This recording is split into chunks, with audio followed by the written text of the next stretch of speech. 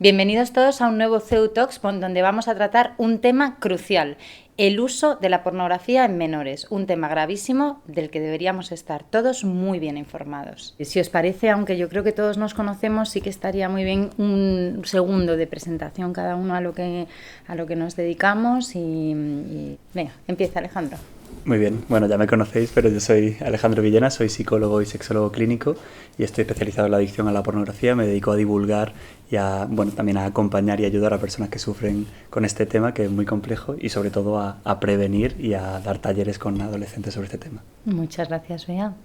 Bueno, soy Beatriz Izquierdo, soy licenciada en Derecho con especialidad en Criminología y busco divulgar a un tipo de criminología que creo que hace mucha falta en nuestro país, que es la criminología educativa, porque no podemos defendernos de aquello que no conocemos. Muy bien, fantástico, José. Pues yo soy profesor de secundaria y bachillerato. Aparte, soy creador de contenido en redes sociales sobre pensamiento crítico, sobre todo el ocio en familia, y doy muchas conferencias pues, por toda España sobre este tema. Raúl. Yo soy Raúl Adames, me dedico a la educación, soy director del área de colegios de la Fundación San Pablo CEU y ahí me dedico a trabajar en nuestros 10 colegios. Soy María Solano, profesora de la Universidad CEU San Pablo.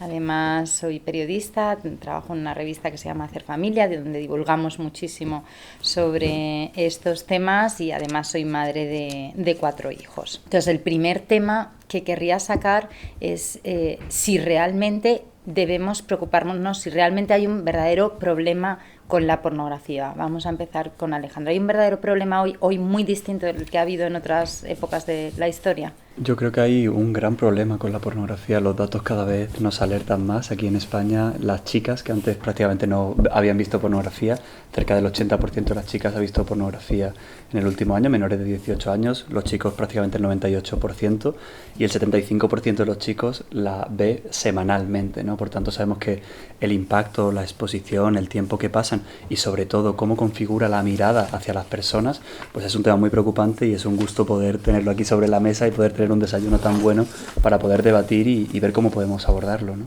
Beatriz maneja un término que me encanta, que es el de indemnidad sexual. Explícanos un poco qué es este concepto, porque es tan interesante. Bueno, en ocasiones oímos en los medios de comunicación, sobre todo, hablar de la libertad sexual de nuestros menores, ¿no? Realmente los menores lo que tienen es indemnidad sexual, que es el derecho, durante años importantísimos en los que se están formando como personas, a no verse expuestos a una serie de interferencias que provienen por parte de terceros que puedan afectar su normal desarrollo, para que una vez que alcancen la edad suficiente para poder disfrutar de su sexualidad, lo puedan hacer con auténtica libertad. Es un término que aparecía en nuestro Código Penal, concretamente en el título 8º del libro 2, llevaba por rúbrica de los delitos contra la libertad e indemnidad sexuales. La reforma, yo lo lamento profundamente, de la ley popularmente conocida como la ley del sí es sí, de garantía integral de libertad sexual, lo ha suprimido. Creo que nos hacía más falta que nunca este concepto. Creo que se está dañando sobremanera esta indemnidad sexual, no solo con el acceso a la pornografía que están teniendo nuestros menores, un tipo de pornografía más muy violenta, sino también por los depredadores sexuales que se ponen en contacto con ellos y que están haciendo que nuestros menores, que es durísimo lo que voy a decir, autogeneren imágenes de pornografía infantil. Creo que es un término que deberíamos empezar a manejar todos y sobre todo a protegerlo. José de lo que sabe mucho es de pantallas, porque a través de Empantallados hacéis una labor extraordinaria. ¿Qué es lo que nos ha pasado? ¿Qué es lo que ha cambiado tanto en esas pantallas en tan poco tiempo para que hayamos perdido un poco el control? Bueno, creo que es un debate que ya ha salido a la sociedad y en las familias desde el primer móvil, cuando se da el primer móvil. Creo que, no lo digo yo solo, sino que mucha gente especializada creo que nos hemos equivocado al darles tan pronto el móvil, y sobre todo hay que plantearse qué tipo de móvil les estamos dando. No es lo mismo los de última generación que los móviles patata, no tienen nada que ver. Por otro lado, les estamos dando el móvil y muchas veces sin ningún tipo de límite, ¿no? Salía un estudio en 2022 en Santiago de Compostela, de la Universidad de Santiago de Compostela, que el 40% de los adolescentes sí que tienen límites, los padres les ponen límites. ¿Qué pasa con el otro 60%? Por otro lado, el 67% de los adolescentes están durmiendo con el móvil en sus habitaciones. Entonces, creo que tenemos que pararnos a pensar qué estamos haciendo con nuestros hijos, ¿no? Y en mi caso con mis alumnos en el uso de la tecnología. Al final es la puerta de acceso hacia la pornografía. Yo hago un símil. Yo tampoco me iría a vivir delante, por ejemplo, de un club de alterne. Y muchas veces dándoles el móvil tampoco les estás poniendo directamente, pero es un símil que hay que hacer replantearse, decir, oye, te estás jugando tu hijo, ¿qué va a consumir? ¿Qué vas a hacer con ello? ¿Vas a poner límites? ¿Que vas a poner un control parental? Que creo que hay que plantearse eso muy seriamente. Raúl, en este tema que acaba de sacar José, que es interesantísimo, ¿qué hacemos con los móviles han sido la ventana al mundo, la puerta al mundo, pero claro, también se está culpabilizando mucho a los colegios, porque los colegios fueron los que introdujeron en primer término la tecnología, siempre lo decimos, en un momento muy complicado, porque todo esto coincide, ¿no?, en el tiempo con la pandemia y el confinamiento, y hubo que solventar la situación. Al final, ¿se culpan exceso los colegios y las casas, las familias deberían también ver más allá de ese uso que critican siempre en centros educativos? ¿Se está culpando demasiado a los colegios y responsabilizando demasiado poco a los hogares? ¿Cuántas familias, en ese 40%, en ese 60%, cuántas familias realmente tienen conciencia de lo que se está hablando aquí? O sea, lo que te encuentras en los colegios en general es... que cuando planteas una tutoría el tema de la pornografía, oye, que está consumiendo, las reacciones son muy variadas. No siempre tienes la reacción esperada de que es un problema, te puedes encontrar reacciones, algunas incluso muy duras, desde el padre que te puede llegar a decir el problema es que la habéis pillado, o padres que sí que tienen mucha conciencia, pero unos problemas que yo percibo con el uso de móviles y luego posteriormente con el uso de pornografía es la falta de adultos detrás que estén dispuestos a hacer esta batalla en casa, porque es una batalla. Es decir, se nos ha metido en nuestros hogares, con nuestros hijos adolescentes, una nueva batalla que no está nada mal. Mi hijo mayor tiene 16 años y el desgaste es interesantísimo. Es decir, yo me acuerdo, tengo recuerdos con mis padres como pues que era salir fuera, había otro tipo de problemas, no sé si son iguales, peores, solo sé que este es interesante y duro. Y en los colegios los altos porcentajes de chavales con móviles a edades tempranas son brutales.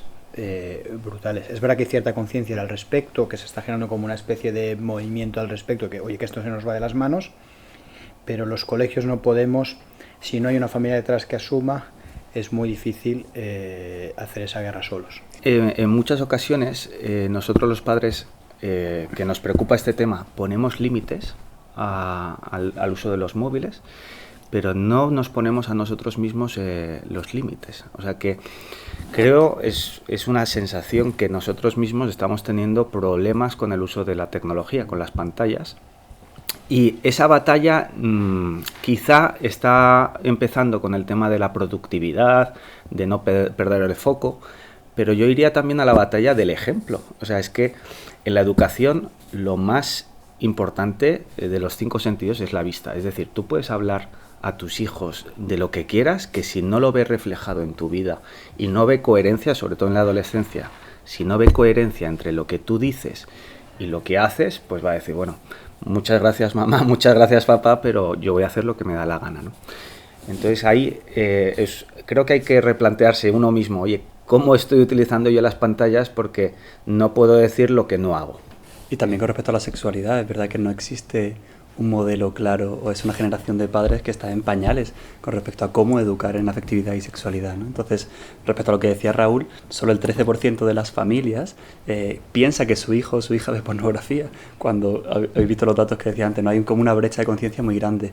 Y respecto a la educación, claro, si se trata la sexualidad como un tabú, como un prejuicio, y hablas de la vista, me parece súper importante por la mirada que educa también la pornografía, pero también la sensibilidad, ¿no? Es decir, a través del afecto, a través del modelo de relación que nosotros tenemos como familia, cómo nos comunicamos, cómo nos miramos también, cómo transmitimos el cariño y cómo educamos en esa sensibilidad, porque hemos hecho mucho trabajo en España en sensibilizar en prevención de enfermedad de transmisión sexual, en campañas de embarazos no deseados, pero no hemos hablado del afecto, de la ternura, del cariño, de la empatía, del respeto, de la sensibilidad hacia el otro, de tenerte en cuenta. Y si olvidamos que la sexualidad es algo íntimo y que se comparte y que me conecta con el otro y nos centramos en un placer, estamos instrumentalizando la sexualidad y esto es muy peligroso y carne de cañón, como Beatriz sabe, para agresiones sexuales y para un montón de cosas. Bueno, estoy absolutamente de acuerdo con lo que decís y luego yo que me dedico a dar formación también para los padres, porque yo no me dirijo a los menores con esta temática, pero los padres y al profesorado sí, me encuentro, podemos decir, con dos perfiles, ¿no? Un perfil de padres que enseguida entonan en el mío no. Bueno, ojalá. Y además supondría que estamos haciendo muy bien las cosas. No quiero negar que esos hogares existan porque seguro que existen. Pero yo creo que si sustituimos, y es lo que les digo yo siempre en estas ponencias, el mío no por el mío, a lo mejor también ya los tenemos más protegidos, ¿no?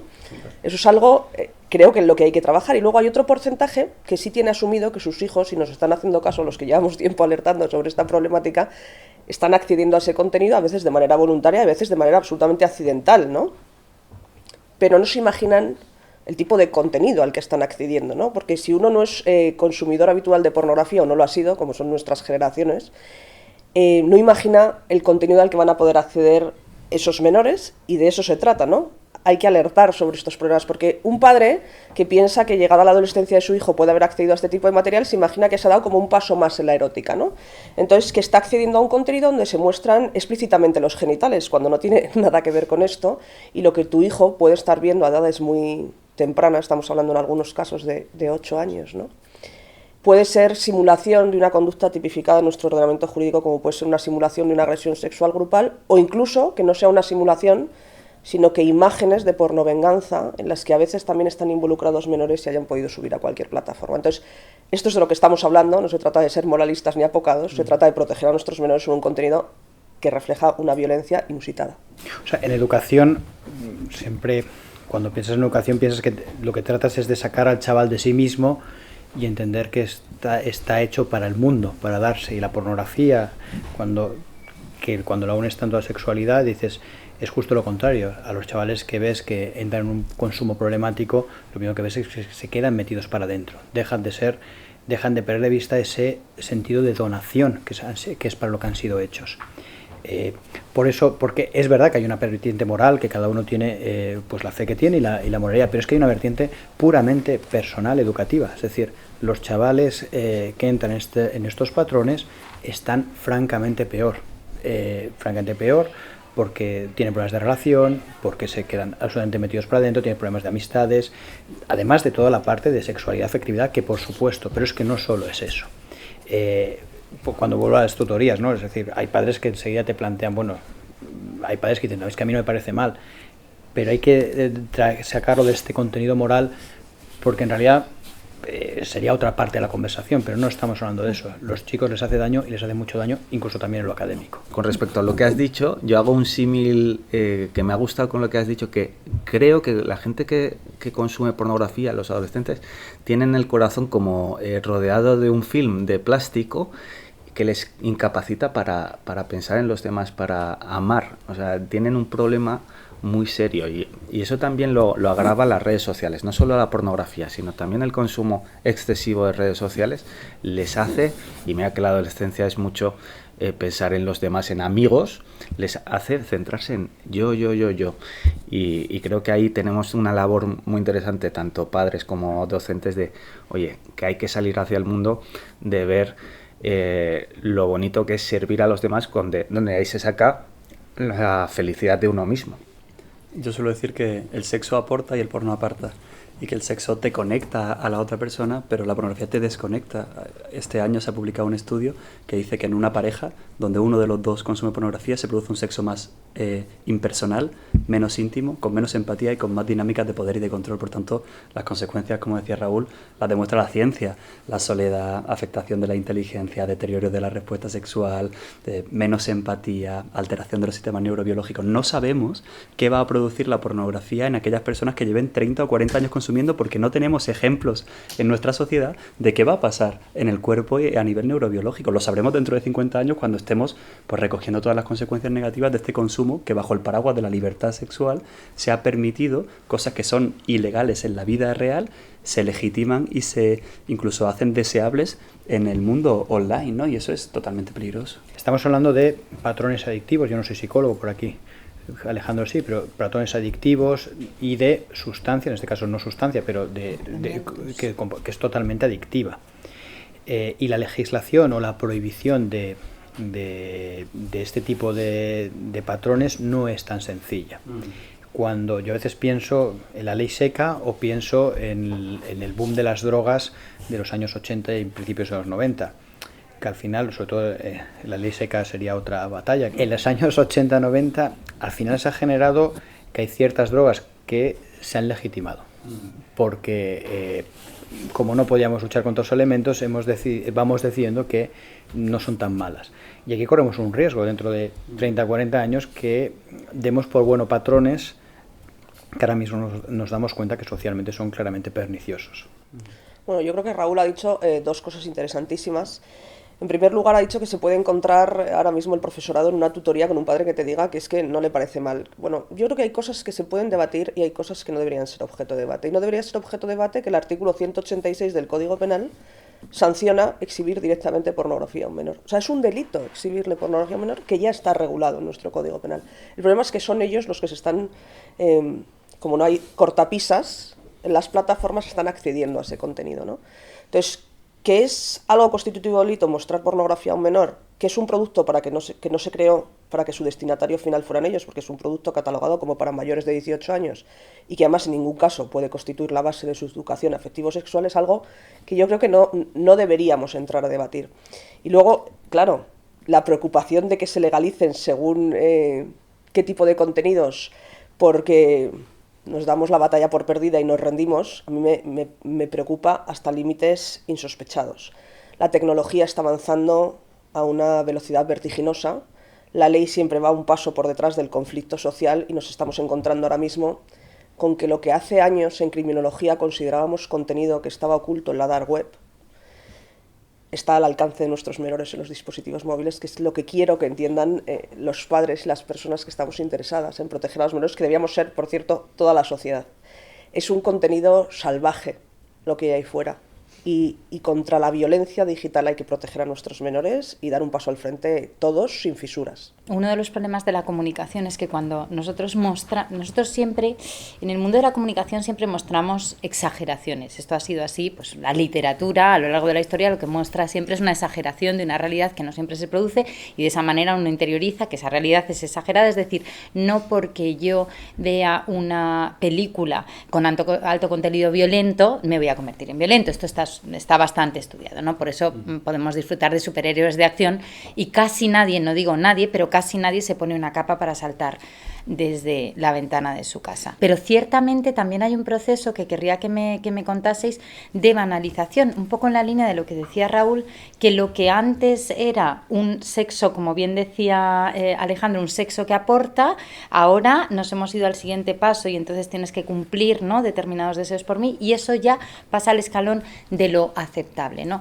Se está produciendo esa banalización del sexo porque como ya te voy a regañar por la pornografía, no te voy a intentar limitar la pornografía, te voy a decir que un sexo adecuado, no sé si veis el matiz que digo, que un sexo adecuado está muy bien, total, al menos no estás consumiendo pornografía o no estás incurriendo en delito. No sé si veis lo que... Bueno, es que yo creo que estamos ahora mismo en una sociedad que la hipersexualización de la infancia, la banalización de las relaciones sexuales y no sexuales, las relaciones afectivos entre iguales, que se haya perdido el diálogo intrafamiliar, que estén los depredadores contactando con nuestros menores y no nos hayamos dado cuenta que es que están en el salón de nuestra casa. Bueno, esto hay que entenderlo. Los depredadores han estado siempre donde están nuestros menores. Antes los niños pasaban más tiempo jugando a la pelota y les hemos educado en que no se habla con desconocidos, pues esa misma máxima hay que aplicarla más si estás en el salón de tu casa y se han introducido para hablar con tus menores.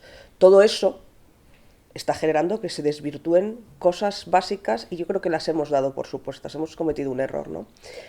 Los derechos se conquistan con las leyes y yo digo que se afianzan con la educación. hemos pensado que al haber conquistado derechos importantes en una sociedad democrática avanzada, los niños más o menos que verían educados genéticamente de serie, ¿no? Bueno, es un trabajo constante. En el derecho internacional, cuando se conquistaba un territorio, la conquista no se ponía una bandera y uno se iba del territorio porque ya era suelo patrio, ¿no? Pues se tenía que quedar allí y llevar a cabo, en algunos casos con más o menos acierto, pues labores importantes. Pues es que la educación es eso. Tú no puedes tener una conversación un día esporádicamente con tus menores, es un trabajo de fondo y constante. Creo que lo hemos abandonado, pero a mí no me gusta ser tampoco catastrofista. Creo que estamos a tiempo de reconducir a estas generaciones de niños expuestos a estos contenidos violentos. Raúl, a raíz de lo que dice Beatriz de que no seamos catastrofistas, tú que trabajas con muchos niños, realmente estamos diciendo que hay que estar muy atentos, que el mío a lo mejor también, pero también te das cuenta de que hay muchos niños y adolescentes que sí son conscientes de este problema. O sea, tenemos que tener esperanza y fe en ellos y en que muchos sí se dan cuenta. A ver, la esperanza es el que tú esperas que llegue un bien y tiene como reverso la paciencia. En educación, si no hay esperanza, no hay posibilidad de educación. Y por lo tanto, si no hay paciencia, no hay posibilidad de educación. No hay que ser catastrofista porque tenemos que trabajar con esperanza. Es verdad que lo tenemos más difícil. Es verdad que tenemos un panorama que no controlamos nada bien y que no tenemos, decía antes Alejandro, que no sabemos qué va a pasar dentro de 30 años. Todo eso es verdad. Pero es verdad que también podríamos explicar montones de anécdotas positivas de chavales que son capaces de decir en un entorno, decir, oye, no quiero esto. Pues o que prefieren un zapatófono que solo tiene WhatsApp porque los hay, y para empezar, y que han vivido desde un smartphone potentísimo y luego han pasado al zapatófono, y vale, como queráis. Es decir, también pueden haber entornos que los chicos vean y dicen, oye, vivo más tranquilo sin esta situación y realmente descubro que esto es un mal para mí, que esto es la base de educar, que le estás educando, que está descubriendo que eso es un mal para él. Lo que pasa es que es duro, da miedo, da vértigo.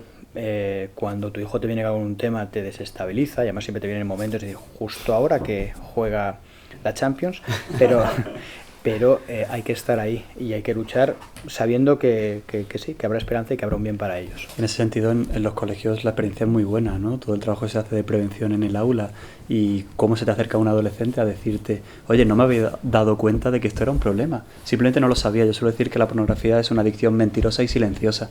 Es mentirosa porque los adolescentes están engañados y piensan que les va a dar placer, información sobre sexualidad, que les vaya a ayudar a regular sus emociones, y además es silenciosa porque nadie habla de ello. Por tanto, en cuanto hacen un clic de conciencia y se dan cuenta, oye, ¿de verdad esto me va a producir estas consecuencias? Pues yo no lo quiero, lo descarto. Pero tienen que tener esa sensibilidad y esa información, porque sin esa información y con la desinformación que hay en Internet, pues es muy difícil también ser responsable en esa toma de decisiones, ¿no?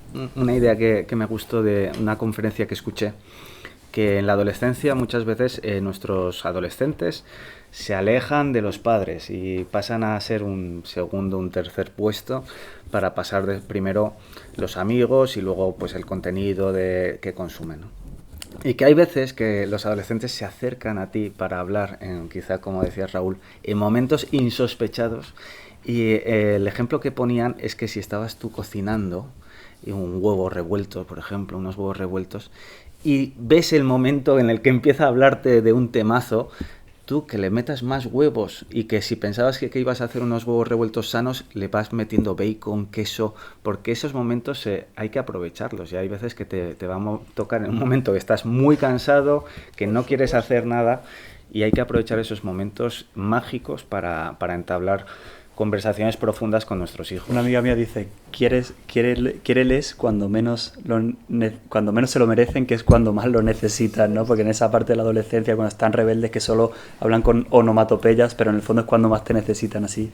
Aunque se lo merezcan poco, por cómo te tratan a ti como padre o como madre, es un momento muy importante. Bueno, yo además tengo, yo creo que siempre nos dan lecciones los adolescentes y es importante que les escuchemos, ¿no? Porque nos pasamos muchas veces, pues por ejemplo, regañándoles, ¿no? Con el uso de los dispositivos móviles, siempre estáis con el móvil, no sabéis hacer otra cosa que estás en el móvil. Bueno, el móvil se lo hemos entregado nosotros, hemos cometido un error sin precedentes y hay que decirles os queremos y vamos a intentar solucionarlo. Pero, por ejemplo, el otro día me gustaba leer un artículo que había salido de la Universidad de Psicología de California, que refería que la generación Z hablaba de un hartazgo ante la hipersexualización en las redes, ¿no? O sea, ellos mismos les hemos dado tal batalla de información, de todo sexualizado, que empiezan a reclamar, por ejemplo, un tipo de películas en que existan historias de amistad, se visten además con sudaderas grandes y pantalones más anchos porque están hartos de tener que ir hipersexualizadas. Bueno, pues es que eso es fantástico, porque la solución también pasa por ellos. Antes me preguntas por los colegios, ¿no? No niego que en el mundo educativo nos hemos equivocado hace 5 o 6 años, hubo toda una presión brutal sobre la entrada de tecnología en las aulas, que empezó antes de pandemia, en pandemia aquello lo hizo explotar. Para luchar no solo contra la pornografía, pero pornografía muy especialmente, es necesario que nuestra propuesta vuelva a recuperar la necesidad de mostrarles la belleza. Porque no puedes estar solamente diciendo esto está mal, que hay que hacerlo, o esto es peligroso. Además, yo tengo una contraoferta, esto está mal y esto es bello. Esto te saca de ti mismo, esto te muestra algo grande, algo... Por lo tanto, el arte también es un factor protector contra la pornografía. El tener experiencias buenas de amistad en el colegio o en circunstancias es un factor protector, porque lo que no puedes hacer con los chavales es decirle no y ahora abúrrete. O sea, no sí, porque esto es mejor para ti. En ese sentido, Raúl, vosotros habéis preparado desde los colegios de unas guías precisamente para ayudar, porque es que realmente las familias tenemos herramientas suficientes para abordar este tema que, como decía Alejandro, nos ha cogido totalmente por sorpresa, y tanto las familias como quería preguntarte también por el claustro de profesores, porque en el fondo al final actúan casi como padres, tenemos aquí a José que es profesor, actúan como padres, pero también un poco a ciegas respecto a un tema que muchas veces nos desborda. ¿Cuál es el objetivo de esa formación que necesitamos, de esa guía? Las guías, que hay una guía de docentes y una para familias que ha hecho Alejandro junto a Sonsoles Gallo, ¿cuál es la idea? Pues yo diría, primero concienciar, es decir, poner encima de la mesa, oye, esto está aquí. No nos engañemos. Eso es un primer paso muy importante. 2, hacer reflexión, de decir, esto está aquí y esto consiste en muchas de las cosas que hemos ido hablando en este desayuno y otras. Es decir, eso es otro factor importante. Y 3, pautas que tanto el docente como las familias pueden hacer para tener señales de alerta, es decir, cuidado con esto, que esto sí que es una señal de alerta, y pautas de acción, es decir, que señales de alerta son solamente iniciales, pero que señales de alerta pueden ser problemáticas. Es decir, es una labor de poner encima de la mesa, tenemos este reto educativo y vamos a afrontarlo con toda la valentía. A mí me parece un protocolo súper interesante,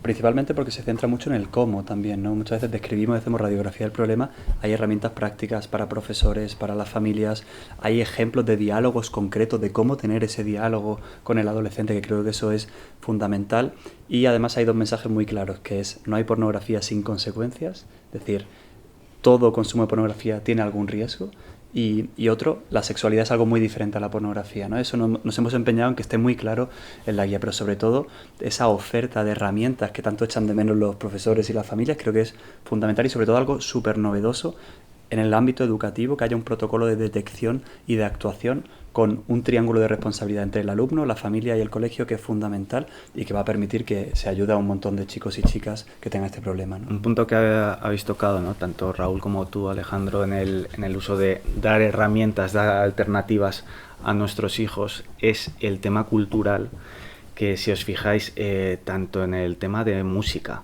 libros, series de televisión, todo ese mundo está hipersexualizado. De hecho, hay una gran plataforma de lectura que se llama Wattpad, que lo están utilizando la mayoría de las chicas, y un gran porcentaje de libros que se consume ahí son eróticos, ¿no? Y creo que es interesante que nosotros los padres y también los educadores demos alternativas para que les atraiga, para que vayan a lo bello. Y eso ahí es interesante pensar, ¿no? ¿Qué series vamos a ver en familia? ¿O qué libro está leyendo? O sea, informarse un poco de lo que está leyendo. No, eso no significa que te lo tengas que leer tú, porque no tenemos el tiempo, pero sí ir a gente que sí que está metida en esos temas para ver si son recomendables o no para nuestros hijos, ¿no? Eso les va a ayudar mucho a salir de sí mismos y sobre todo a apreciar lo bello, lo bueno. Somos seguramente la primera generación. Yo soy madre de un preadolescente que no hemos tenido ni recibido educación sexual y nos encontramos con que tenemos que dar un paso de gigantes, porque no solo se trata de hacer algo que no hicieron con nosotros y dar educación afectivo-sexual, se trata de lo que a mí me gusta llamar algo mucho más difícil y duro, ¿no? Que es deconstruir todo un imaginario, todas unas fantasías que se han alimentado con un contenido muy violento, ¿no? Y para eso lo primero que tenemos que hacer es tomar contacto con la realidad. Desayunos como estos son parte de la solución, ¿no? Divulgar para que sepan que esto existe y hay que coger el toro por los cuernos, porque no es una tarea fácil, y desde aquí quiero decirles a todos los padres, a todas las familias y educadores que nos puedan estar escuchando, que sabemos que hay que superar el pudor, lo que tenemos todos, pero que es necesario hacerlo para protegerles. Hay un estudio con mucha esperanza que dice que después de 21 días alejado de la pornografía empiezas a recuperar las facultades neurocognitivas, o sea que también es importante mandar un mensaje positivo, que suena tópico lo de los 21 días, pero es verdad. Está muy bien. Bueno, yo creo que las familias tienen que ser muy conscientes de este tema, tienen que saber que es fácil si uno sabe cómo. Creo que no hay pornografía sin consecuencias, pero que es verdad que el ser humano está lleno de capacidades y de potencialidades, entonces animo a la familia a que se centren ahí, en poder sacar lo bueno de las personas, en educar esa sensibilidad que todos tenemos en nuestra materia prima, porque así pues vamos a tener la mejor vacuna para la pornografía y cualquier problemática que tengan en la adolescencia. Creo que no podemos defendernos de aquello que no conocemos. Creo que era Ortega y Gasset quien decía que si quieres enseñar, enseña a dudar de lo que enseñas. Así que yo invito a todas las personas que nos puedan estar escuchando a que si piensan que esto puede ser algo exagerado, intenten un día entrar en un buscador y ver a lo que pueden tener acceso nuestros menores, un día, a cualquier hora, metiendo la palabra básica porno, ni siquiera haciendo una búsqueda especializada, y se van a sorprender, seguramente, y van a entender la realidad y la importancia de aquello a lo que nos enfrentamos. Yo sobre todo animaría a los padres a que no, que lo principal es defender a nuestros hijos, pero también poner la vista en qué podemos hacer, ¿no? Y respecto a la puerta de acceso a la pornografía, qué límites vamos a poner a nuestros hijos, qué medidas vamos a tener en casa. Y respecto al tema cultural, qué alternativas les vamos a dar. Les vamos a acercar más a la naturaleza, les vamos a dar buenas películas, les vamos a dar libros que les emocionen y que sean de buen contenido. Creo que eso les va a dar herramientas para escoger lo bueno, ¿no? Y rechazar aquello que quizá están enganchados porque han dado con ello, y podrán elegir lo que les hace felices.